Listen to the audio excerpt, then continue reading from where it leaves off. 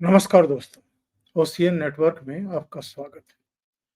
जितना बवाल ये पिछले कुछ दिनों में हमें देखने को मिला है, खास तौर से जो खाद्य सामग्री से संबंधित दुकानें हैं, उनके नाम, उनके ओनर्स के नाम लिखने का जो आदेश जारी किया गया है, लागू किया गया है, इसे लेकर के जिस तरीके से सो कॉल्ड ये धर्मनिरपेक्ष सेकुलर ब्रिगेड के लोगों ने हल्ला मचाना शुरू किया है, सवाल खड़े करने शुरू किए हैं, राजनीति करनी शुरू की है और कई तरह के मैं कहूँगा कि बेहुदा सवाल उठाने शुरू किए हैं।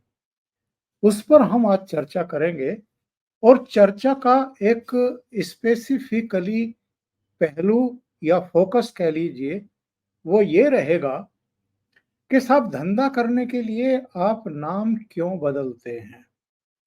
और ये टेंडेंसी हम फ़िल्म इंडस्ट्री में भी देख चुके हैं।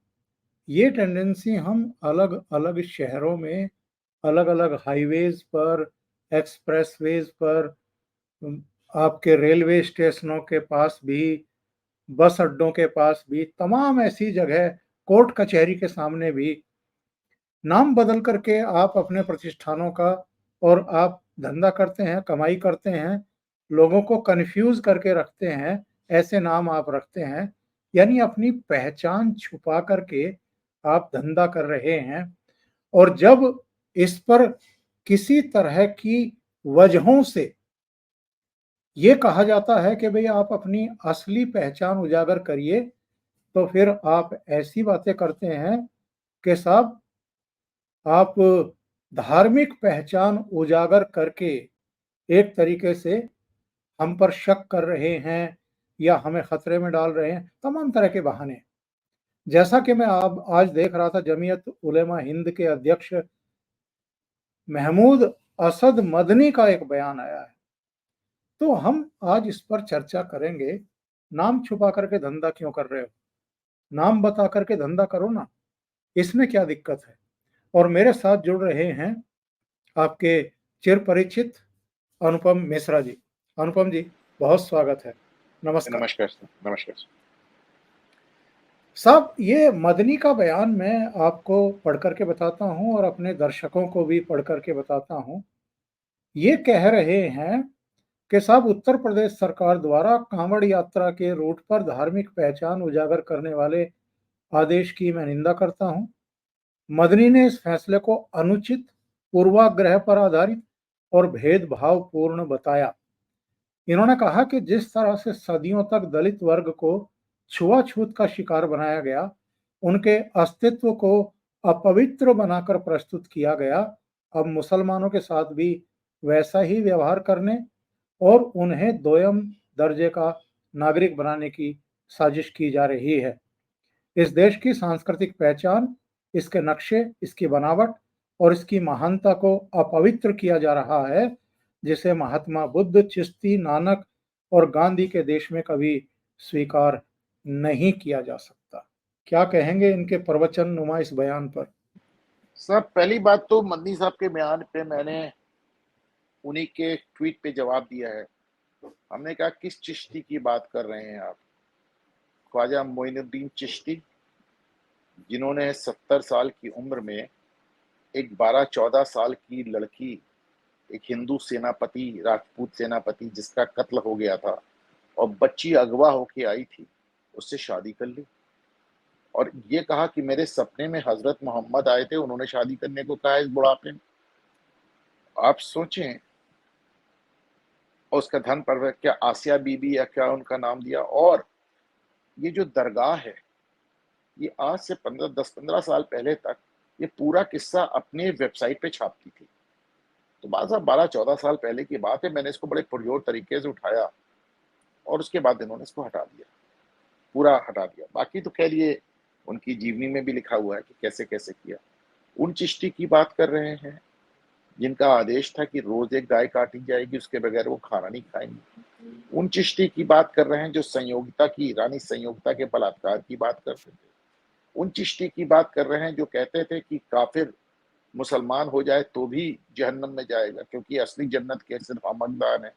उस चिश्ती की बात कर रहे हैं जो मोहम्मद गौरी को रोज न्योते देता था, उस चिश्ती की बात कर रहे, मतलब आप किसकी बात कर रहे हैं साहब? कमाल कर रहे हैं। इनके नाम पे, इनके नाम पे आप कंसेशन मांग रहे, पैर छोड़े। अब आप इनकी संस्था पे आते हैं। इनकी संस्था पूरे हिंदुस्तान में एक भी आतंकवादी ऐसा नहीं बचा होगा जिसका इन्होंने मुकदमा नहीं लड़ा। तो साहब हम इन्हें पैसे दें और इससे ये आतंक फैलाएं। दो तीन चीजें मोटी मोटी देख लें। जब आप किसी एक उस ढाबे में खाते हैं, मुस्लिम ढाबे में, तो जो आप पैसे, यानी पैसे वो उनको सबसे लेने हैं। फिर चूंकि मुसलमान, इनको जक़ात निकालनी है। जक़ात का नियम है कि गैर मुस्लिम पे खर्च नहीं हो सकती। पैसे लेने हैं काफिरों से, खर्च करना है सिर्फ मुसलमानों पे। हलाल होगा, हलाल का पैसा जाएगा जमेटा उलेमा को, उससे आतंकवादियों के मुकदमे होंगे। 8 लाख करोड़ की इंडस्ट्री बना दी है। आपको हलाल खाने का हक है। आप साबुन, तौलिया और टूथब्रश में भी हलाल ढूंढते हो। पश्चिमी देशों में कोशर ढूंढते हैं। हमको ये जानने का भी हक नहीं कि हम कहाँ खा रहे हैं, पहली बात। दूसरी बात, भाई योगी ने तो उसी कानून को लागू किया जिस संसद, मतलब जो मनमोहन सिंह ने बनाया था, जिसमें चिराग पासवान के पिताजी बैठे थे, जिनको आज दिक्कत हो रही है। जिस समय मुलायम सिंह मुख्यमंत्री थे, कानून लागू हुआ जब मायावती मुख्यमंत्री थी। तो कांग्रेस, सपा और बसपा ने मिलकर कानून बनाया और लागू किया। और एक भी आदमी इस पूरे इकोसिस्टम में इस बात का जवाब देने के लिए तैयार नहीं है कि साहब जब आप ही ने बनाया, आप ने लागू किया, तो किस चीज का रोना है। तीसरी बात, मैंने अपनी जिंदगी में पहली बार ओंकार जी देखा कि इतना बड़ा वर्ग और इतना बड़ा उसका इकोसिस्टम इस बात की जिद कर रहा है कि साहब हमको झूठ बोलने का कानूनी हक होना चाहिए, हमें धोखा देने का कानूनी हक होना चाहिए। क्या तमाशा है सर, क्या तमाशा है। मतलब आप झूठ बोलने और धोखा देने का अधिकार मांग रहे हैं। हम आपको बिजनेस करने से नहीं रोक रहे हैं। जिसने खाना होगा जरूर जाएगा। भाई नाम बताना कानून है, आपके लिए नहीं, सबके लिए कानून है। सन 50 से फूड सिक्योरिटी लॉस चल रहे हैं। इसके पीछे दो कारण है, एक खाने की स्वच्छता और दूसरे खाने की शुद्धता, मिलावट ना हो और स्वच्छ हो, मतलब एकदम वो साफ सुथरा हो, हाइजीन का मामला है। तो साहब किस बात का हाहाकार है। और एक भी आदमी इस बात का जवाब देने को तैयार नहीं। ओंकार की मजेदार बात है कि साहब कानून तो आप ही ने बनाया था, उनसे पूछिए, वो दूसरी बात करने लगती है। यार तुम्हारा बनाया कानून, वैसे जैसे केजरीवाल कहता है कि पीएमएलए कानून मोदी जी ने मेरे, अरे पीएमएलए कानून भी किसने बनाया यार, तुमसे मोदी जी से पहले लागू है वो, उन्होंने कॉमा फिल स्टॉप नहीं चेंज किया। इस बार भी जो कानून है उसमें योगी आदित्यनाथ ने कॉमा फिल स्टॉप नहीं चेंज किया। भैया उन्होंने सिर्फ कानून लागू कर दिया, उन्होंने तो कई कानून लागू किए। भाई पहले कानून, भाई कानून ये है कि बलात्कारी और हत्यारे जेल जाएंगे। पहले आप कहते थे लड़के हैं गलती हो जाती है, योगी आदित्यनाथ कहते हैं लड़के हैं गलती गलती नहीं होती, पैर में गोली मारो जेल भेजो। तो भाई वो तो सीधे जो जमाने से कानून चले आ रहे हैं उनको लागू कर रहे हैं। हमको समझ में नहीं आने को दिक्कत कहां से आ रही है, और किस किस मुंह से ये विरोध कर रहे हैं ओंकार जी। और वहां क्या हो रहा था साहब, जब ये स्कूल कॉलेजों में हिजाब पहन करके अपने बच्चों को भेजने पर आमादा थे और आंदोलन कर रहे थे, वहां धार्मिक पहचान क्यों उजागर करना चाहते थे स्कूल कॉलेजों में? साहब धार्मिक पहचान की बात क्यों कर रहे हैं? राहुल गांधी जो जातिगत जनगणना और जाति का लेंस लेके घूम रहे हैं वो क्या है? आपको तो जाति तक पता करनी चाहिए हमारी, आपको तो हमारी जाति भी चाहिए। और आप अपना जाति छोड़िए, आप अपना नाम भी बताने को तैयार नहीं। कमाल है साहब। अखिलेश यादव प्रेस कॉन्फ्रेंस में रिपोर्टर से कहते हैं तुम्हारी शर्ट का कलर देख के मैं तुम्हारी जाति समझ जाता हूं। आप सोच के देखें, नाम पूछ के बताते हैं तुम्हारा नाम क्या है, अपना सरनेम बताओ, इस तरह के सवाल होते हैं प्रेस कॉन्फ्रेंस में। और आज सिर्फ उस कानून जो आपके पिताजी के टाइम में बना उसको सिर्फ लागू करने की बात हो गई, तो आपको इतना तमाशा हो गया था। इनका बयान साहब दूसरा पार्ट सुनिए। मदनी ने इस बात की ओर ध्यान दिलाया कि जिन क्षेत्रों से कावड़ यात्रा गुजरती है वहां मुसलमानों की बड़ी आबादी रहती है। मुसलमानों ने हमेशा उनकी आस्था और मान्यताओं का सम्मान किया है और कभी उनको ठेस नहीं पहुंचाई है। लेकिन इस तरह के आदेश से सांप्रदायिक सौहार्द को गंभीर नुकसान पहुंचेगा और लोगों के बीच दूरी और गलतफहमी होगी। उत्तर प्रदेश से मांग की जाती है, उत्तर प्रदेश सरकार से, कि वो इस निंदनीय फैसले को तुरंत वापस ले और सभी समुदायों के बीच एकता और सद्भाव कायम करने की राह अपनाए। यानी अगर वास्तविक नाम लिखने को कहा जाएगा तो सांप्रदायिक सद्भाव बिगड़ जाएगा साहब। खुलेआम धमकी है, सीधे सीधे कह रहे हैं आप हमारे बीच से गुजर के जाते हैं, हम आपकी यात्रा नहीं गुजरने देंगे। या तो हमारा थूका हुआ, हमारा पेशाब किया हुआ, हमारा मांस मिलाया हुआ, हमारा गटर का पानी इस्तेमाल किया हुआ सामान इस्तेमाल करो, उसके हमें पैसे भी दो, वरना हम तुम्हारी यात्रा नहीं गुजरने देंगे। ये वो गांधी का देश है जिसकी उन्होंने परिकल्पना की थी ओंकार जी। आप सोचिए, लिख कर बंदा धमकी दे रहा है 100 करोड़ हिंदुओं को, क्या कहा जाए। और इसी मदनी ने कहा था ना अभी हाल में कि अगर आप हमारा खान पान, हमारा पहनावा, हमारी बोलचाल, हमारी पहचान से ना इत्तफाकी रखते हैं तो हिंदुस्तान छोड़ के चले जाइए। उन्होंने कहा मुल्क हमारा है, आपको दिक्कत है दूसरा देश छोड़ के, इस देश को छोड़ के कहीं और चले जाइए। देखिए साहब, 3 स्टेज में बात हुई। आज आप कह रहे थे ना कि फिल्मी दुनिया की बात कह रहे थे।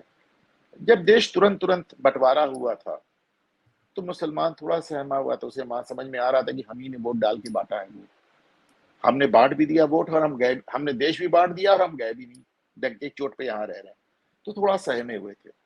तो ये एक वैसा माहौल था जब दिलीप कुमार, मीना कुमारी, अजीत, ऐसे तमाम लोग नाम बदलकर फिल्मी दुनिया में आए। उन्हें मालूम था कि इस समय माहौल इतना खराब है कि हमारे असली नाम से लोग शायद ना पहचाने या हमको उतनी तवज्जो ना दें, स्वीकार नहीं करेंगे, स्वीकार ना करें। फिर दूसरा दौर आया। वो दूसरा दौर ऐसा था जिसमें लोगों ने अपने असली नाम से सामने आना शुरू किया। तो साहब नसीरुद्दीन शाह, आमिर खान, शाहरुख खान, ये एक पूरा इनका दौर हुआ। और उससे आप सब पहले म्यूजिक डायरेक्टर हों, चाहे नौशाद, चाहे साहिर लुधियानवी हों, नहीं मजरू देखिए सर, सुल्तानपुरी हों। उसमें ऐसा ना कि जो म्यूजिक डायरेक्टर और लिरिसिस्ट होते हैं वो सामने नहीं आते, वो सामने नहीं आते। महबूब खान उस जमाने भी अपने नाम से फिल्म बनाते थे, मुगल आजम। महबूब खान डायरेक्टर थे, सामने नहीं आते थे, इसलिए उनको फर्क नहीं पड़ता था। तो फिल्म महबूब खान बनाते थे कि आसिफ बनाते थे मुगल आजम, महबूब खान मदर इंडिया बनाते थे। तो यस, अब फिल्म बनाने वाले अपने असली नाम से आते थे, पर पर्दे पे आने वाले अपना नाम बदल देते थे, अंतर समझे। फिर वो आया दौर नसीर, आमिर, जैसे 70 से 80 का दौर आया, जब इन्होंने खुल के इन्होंने कहा कि साहब अब तो हम 30-40 साल हो गया, अब हम सेटल हो गए, अब हमको किसी से कोई संकोच नहीं है, आराम से अपने नाम से आना शुरू किया। फिर अब ये तीसरा दौर आया, ये मुल्क हमारा है, जिसको एतराज हो बाहर जाए, हमको पैसे नहीं दोगे हम तुम्हारी यात्रा नहीं निकलने देंगे। ये जजिया मांग रहे हैं साहब, ओंकार जी जजिया मांग रहे हैं। एक पिलग्रिमेज टैक्स लगता था मुगल टाइम में, ब्रिटिश टाइम में भी लगा है कि अगर आप अपनी तीर्थ यात्रा करेंगे तो आपको टैक्स देना पड़ेगा हिंदुओं को। ये वो मांग रहे हैं आपसे।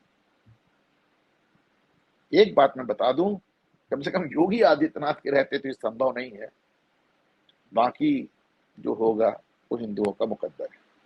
और ये जो कहा जा रहा है कि ये राजनीतिक बदले की भावना से लिया गया फैसला है, अगर हम इसे यूं ही मान लें जो ये कह भी रहे हैं, तो फिर क्या गलत कर रही है सरकार या भारतीय जनता पार्टी?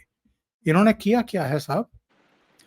मतलब आपको घर बना करके दे मोदी, आपको आयुष्मान योजना का लाभ दे मोदी, आपके घर में टॉयलेट शौचालय बना करके दे मोदी, आपको गैस कनेक्शन और बिजली का कनेक्शन दे मोदी, और आप लंबी लंबी लाइनें लगा करके मोदी को ही हराने के लिए वोट देंगे।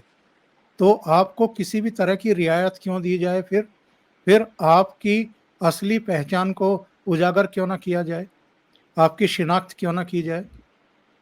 अब थोड़ा सा इसमें मैं एक अलग व्यू रखता हूं। एक तो हकीकत ये है कि जिन लोगों ने भाजपा को वोट दिया उनके लिए भाजपा ने अलग किया क्या, कुछ ये बताइए।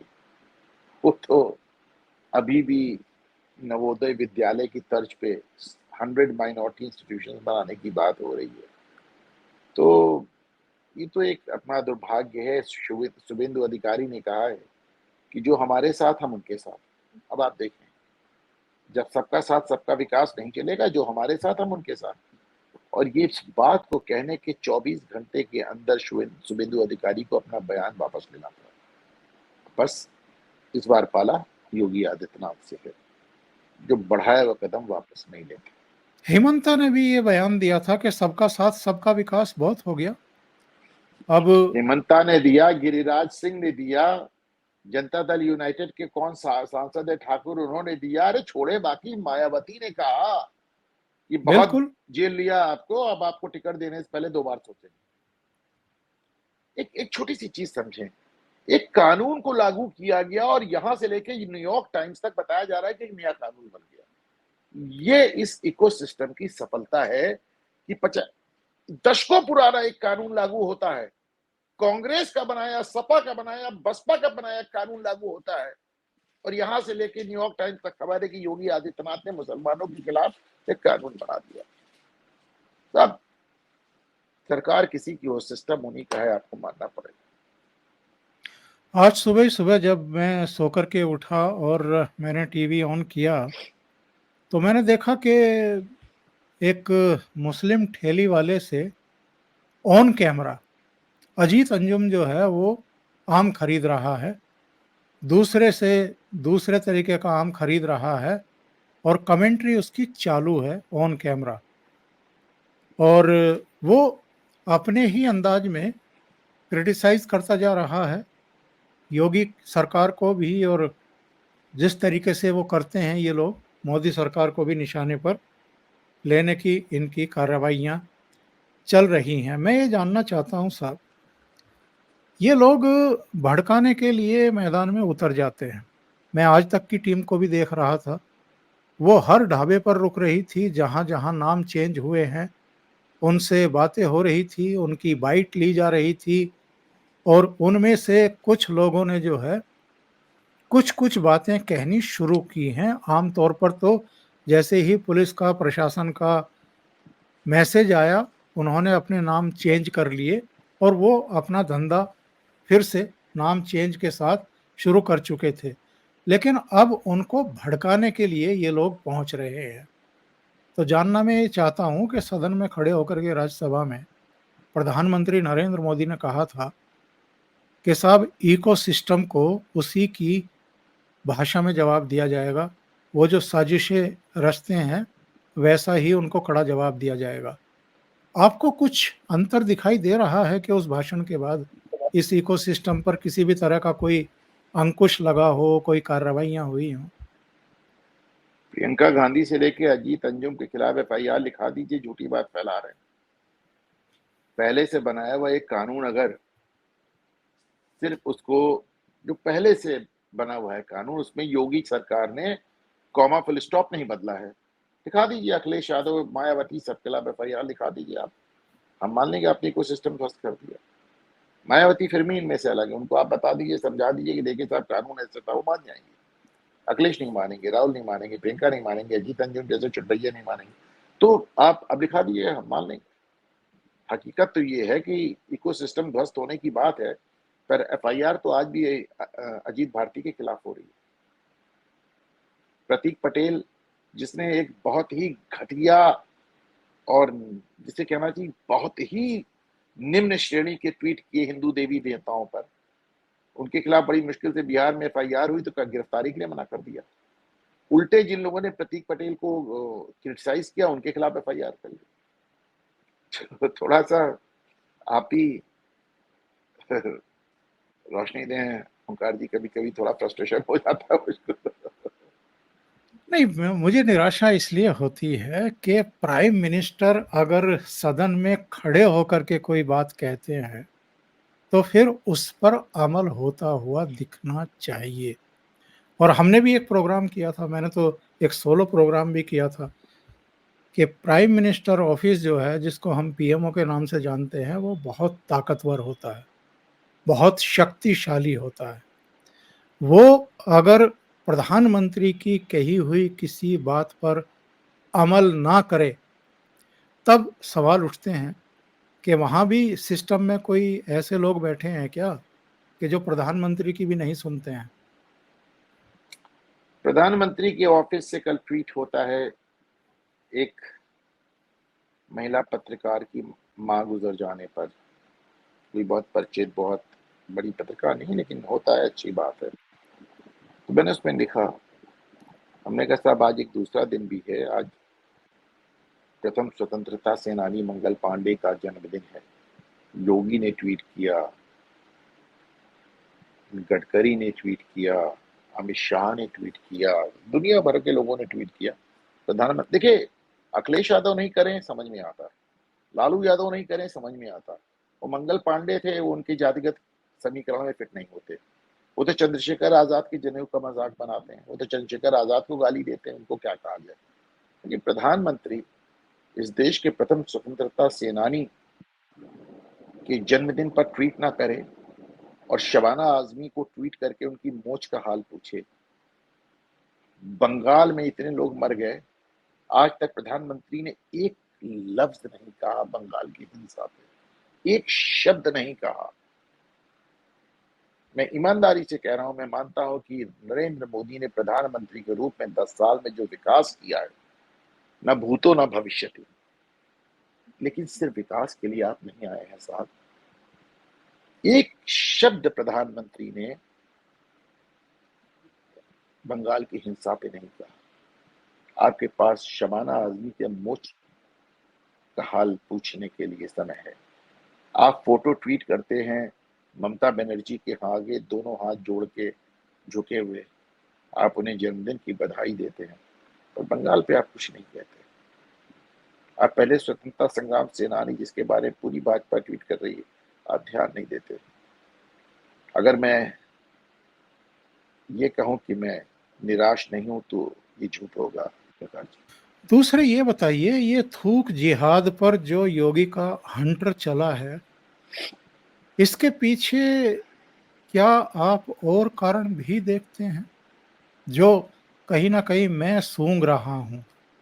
क्योंकि पिछले कुछ दिनों से जिस तरीके से योगी आदित्यनाथ के ऊपर हमले हुए हैं, ख़ास तौर से 14 जुलाई को लखनऊ में जिस तरीके से उनके ही डिप्टी चीफ मिनिस्टर ने, केशव मौर्य ने, संगठन को बड़ा बता कर के और योगी पर एक तरीके से कार्यकर्ताओं और बीजेपी के वर्कर्स जो नेता हैं उनकी उपेक्षा करने का जो आरोप लगाया था, और उसके बाद जिस तरीके से दिल्ली में पंचायत बैठी और कंधे ढलका करके केशव निकले वहाँ से, फिर खबरें आनी शुरू हुई कि नहीं नहीं, परिवर्तन तो होगा, संगठन में होगा, सरकार में होगा, लेकिन नेतृत्व परिवर्तन नहीं होगा, लेकिन मतलब योगी बने रहेंगे। तो कहीं न कहीं एक ये चर्चा इधर चल रही है मीडिया में कि योगी को बार-बार निशाने पर लिया जाता है, उनको कमज़ोर करने की कोशिश की जाती है, उनका कद छोटा करने की कोशिश की जाती है। तो योगी की तरफ से ठीक है, हाइजीनिक भी एक कारण है, बड़ा कारण है, नो डाउट। और ये माँग पहली बार मुज़फ्फरनगर से ही उठी। पहले एक महाराज ने उठाई बगरा क्षेत्र के, फिर जो कपिल देव अग्रवाल मंत्री हैं उन्होंने ये बात उठाई और उसके बाद पूरे प्रदेश में इसको लागू किया गया। तो कहीं आप इसके पीछे कोई योगी का थॉट देख रहे हैं, कोई सोच देख रहे हैं, कोई चैलेंज भी देख रहे हैं? देखिए, पहले तो मैं मानता हूं, मैंने लगातार हर चैनल पे कहा है, आपके सामने भी कई बार कहा है कि योगी कोई चैलेंज नहीं है। योगी अपने आप में ब्रांड है। मैं आज से नहीं, पांच, देखिए योगी 7 साल से मुख्यमंत्री है और 6 साल से उनको हटाने की खबर चल रही है। 6 साल से हमें भूलना नहीं चाहिए कि 2017 का जो चुनाव लड़ा गया था, योगी के नाम पे नहीं लड़ा गया था। योगी तो खुद बताते हैं कि मैं तो विदेश जा रहा था साहब, मुझको बुला के मुख्यमंत्री बना दिया। तो वो उनकी चॉइस है साहब, पहली बात। दूसरी बात, 2022 में ये खबर इतनी बढ़ आई कि प्रधानमंत्री नरेंद्र मोदी को योगी को राजभवन में बुलाकर उनके कंधे पे हाथ रख के फोटो सेशन कराना पड़ा। अब वही है ना कि एक झूठ को 100 बार कहो, गोबल्स कहता तो सच हो जाता है, हिटलर कहता। अब उन्होंने इतना फैलाया, संविधान बदलने जा रहे हैं, मोदी जीत गए तो चुनाव नहीं होगा, बस वैसा ही है, आप समझ लें। आज मैं देख रहा था वो संदीप चौधरी लिख रहे थे कि एनडीए सरकार में फूट। तो मैंने लिखा कि साहब 2 चुनावों के बीच में इस चैनल पे रोज मोदी सरकार गिराई जाती है और योगी को हटाया जाता है रोज। तो इनको क्या माना जाए साहब? मैं देखिए, मैं तो नहीं हूं ना उस ड्राइंग रूम में जहां पे योगी, मोदी, अमित शाह, केशव मौर्य, जेपी नड्डा बात कर रहे हैं। मैं साहब एक गणित के बैकग्राउंड का आदमी हूं, मैं तार्किक रूप से लोगों को देखता हूं। मैं जानता हूं कि 2024 के लोकसभा चुनाव में प्रधानमंत्री नरेंद्र मोदी के बाद सबसे ज्यादा रैली और सभाएं पूरे देश में योगी आदित्यनाथ को दी गई। तो जिस आदमी को आपका प्रोफाइल डाउन करना होता है उसको आप अमित शाह से ज्यादा रैली नहीं देते ना। मैं कैसे मानूं आपकी बात को, किस तरह मानूं आपकी बात को? चुनाव खत्म होने के बाद जेपी नड्डा ने बड़ा विस्तृत बयान दिया कि योगी कहीं नहीं जा रहे, अपने दिमाग से हटा दीजिए।